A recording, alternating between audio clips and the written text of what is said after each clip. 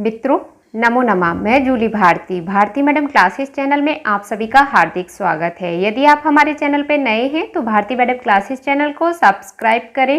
मित्रों आज हम आपके लिए लेकर आए हैं उत्तर रामचरितम के चतुर्थ अंक एवं पंचम अंक की कथा।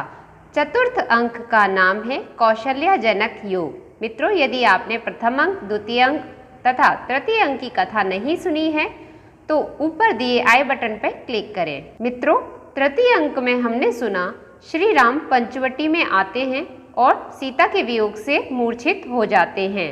अदृश्य सीता अपने कर स्पर्श से राम को चैतन्य करती हैं। राम अश्वमेघ यज्ञ के लिए अयोध्या चले जाते हैं और सीता तमसा के साथ गंगा लौट जाती हैं। तो मित्रों आइए उत्तर रामचरितम के चतुर्थ अंक की कथा प्रारंभ करते हैं। चतुर्थ अंक में वाल्मीकि आश्रम का दृश्य दिखाया गया है, जहां गुरु वशिष्ठ तथा उनकी पत्नी अरुंधति, राम की माताएं कौशल्या व जनक आदि वाल्मीकि आश्रम में आते हैं और ये सभी आश्रम में बैठकर आपस में बातें कर रहे होते हैं और सीता के वियोग से ये सभी बहुत दुखी होते हैं। तभी अचानक से उन्हें आश्रम में एक बालक दिखाई देता है जिसका नाम है लव। लव को आश्रम में देखकर जनक कंचुकी से उसे बुलवाते हैं। कौशल्या बच्चे से उसके माता पिता का नाम पूछती हैं। तब बालक स्वयं को वाल्मीकि का पुत्र बताता है। लव उन सभी को रामायण की कथा सुनाता है तथा उसके पात्र राम आदि के विषय में जानकारी प्रकट करता है। इसके बाद कौशल्या लव से दशरथ के पुत्रों की संतानों के विषय में पूछती हैं, किंतु लव उन्हें सूचित करता है कि यह अंश अभी अप्रकाशित है, अर्थात इसकी जानकारी उसे नहीं दी गई है। इसी बीच लव राम के अश्वमेघ यज्ञ में छोड़े गए अश्व को आश्रम में देख लेता है, जो लक्ष्मण पुत्र चंद्रकेतु से आरक्षित है। उस अश्व को आश्रम के समीप देखकर लव उस अश्व का पीछा करता है और उस अश्व का अपहरण कर लेता है। तभी अश्व रक्षकों एवं चंद्रकेतु से लव का विवाद हो जाता है और लव चंद्रकेतु से युद्ध करने के लिए तैयार हो जाता है। मित्रों उत्तर रामचरितम के चतुर्थ अंक की कथा यहाँ समाप्त होती है।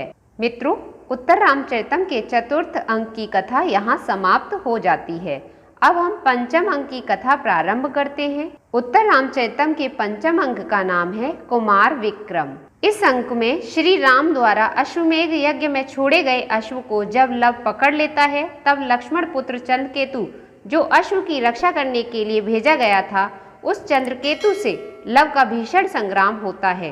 चंद्रकेतु लव द्वारा की गई बाण वर्षा से आश्चर्यचकित हो जाता है और कहता है कि यह मुनि बालक ऐसा प्रतीत होता है मानो यह कोई रघुवंश का नवीन अंकुर है। चंद्रकेतु युद्ध संबंधी सलाह सारथी सुमंत्र से मांगता है और कहता है कि पूज्य पिताजी आदि सभी कार्यों में आपसे ही सलाह लेते हैं, कृपया आप मुझे भी युद्ध करने की सलाह दें। मित्रों इस प्रकार पंचम अंक की कथा यहीं पर समाप्त हो जाती है। मित्रों चतुर्थ अंक में महाकवि भवभूति ने जनक, अरुंधति तथा कौशल्या के बीच सीता परित्याग से उत्पन्न स्थिति का बहुत ही मर्मभेदी वर्णन किया है एवं पंचम अंक वीर रस से ओतप्रोत है। इस अंक में चंद्रकेतु तथा लव के मध्य भीषण संग्राम का दृश्य दिखाया गया है। वीर रस इस अंक में अपनी चरम अवस्था को प्राप्त कर लेता है। मित्रों पंचम अंक में महाकवि भवभूति ने भीषण युद्ध का वर्णन किया है और उसमें चंद्रकेतु की वीरता, राम के पुत्र लव की वीरता का प्रदर्शन किया है, जिसमें लव की वीरता से पता चलता है कि यह किसी रघुकुल का है।